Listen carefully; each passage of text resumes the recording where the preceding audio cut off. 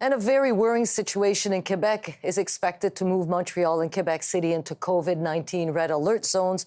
Today, the province logged 750 new infections.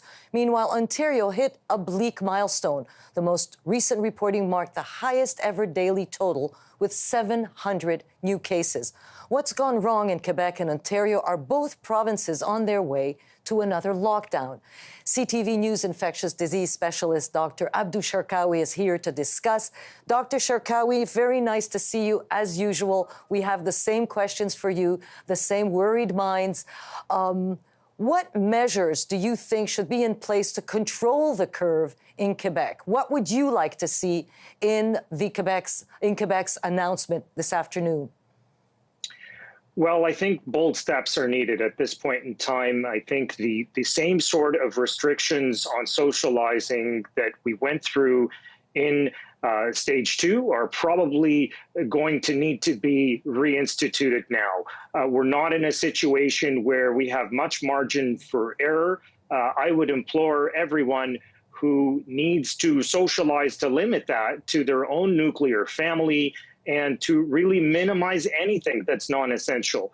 There are far too many people who are still congregating in large groups who don't seem to be aware of the gravity of this situation. And that's something that needs to change. When you look at the trajectory of new cases in Ontario and Quebec, it is a steeper trajectory now between the end of September and nearing now the beginning of October compared to where we were in the first wave between March and April. That is a very alarming situation, and it's one that we need bold action to face right now. So we need everybody to get on top of this. We don't necessarily want a lockdown to be imposed everywhere where businesses are going to suffer and there's going to be all kinds of collateral damage. But we need everyone in their own homes and in their own communities to do their part to be accountable towards one another. I understand your answer, Doctor, and indeed, a lockdown would be costly, both financially, psychologically, and so on. But you're saying that, people should behave the way they did back in March and April, but there was a lockdown then. We had no choice. Do you think that these two provinces can avoid another lockdown at this point if, the cases keep growing and despite all the warnings, we are not heeding those warnings? Well, I'm hopeful that we can. And one thing that's been missing from this is this lack of enforcement. So we've had very, very well documented and publicized situations of breaches in social gatherings across much of Ontario and Quebec. And there hasn't been any degree of penalty that's been enforced. And unfortunately, sometimes when you can't encourage people to behave responsibly and to take accountability upon themselves, you have to enforce something with some degree of fine or penalty.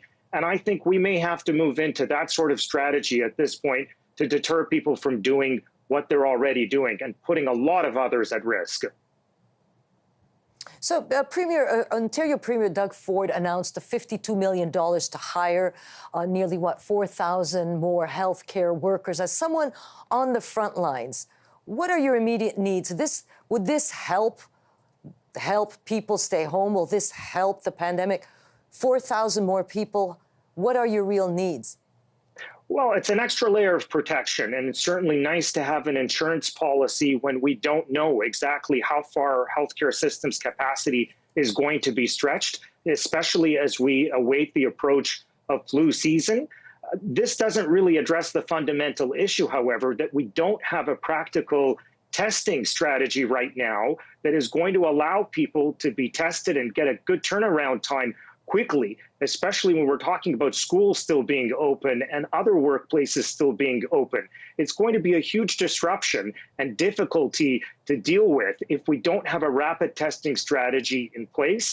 And so you can hire as many extra people as you want, but it's only going to cover the issue up a little bit. We really need rapid testing to be implemented soon to avoid this logistical nightmare that we see unfolding in front of us. Well, maybe, Doctor, you're getting clearer answers than us journalists. What have they told you about this rapid testing? How hopeful are you that it will happen, fairly soon? I'm still quite hopeful. I think, again, the issue is that traditionally Health Canada does its due diligence. They go through a lot of steps to ensure that whatever is going to be presented on a wide scale to Canadians, especially with something of this degree of import, they want to make sure that it is vetted for quality control. I'm confident that they can do that because the technology has been used and it has been validated in other settings, especially in the United States. There's no reason why we can't apply the same pressure here to hopefully get this out and get it executed very, very soon. Dr. Abdu Sharkawy, as usual, thanks so much for taking the time to talk to us. Have a good afternoon, sir. Thank you, Joyce. Stay safe.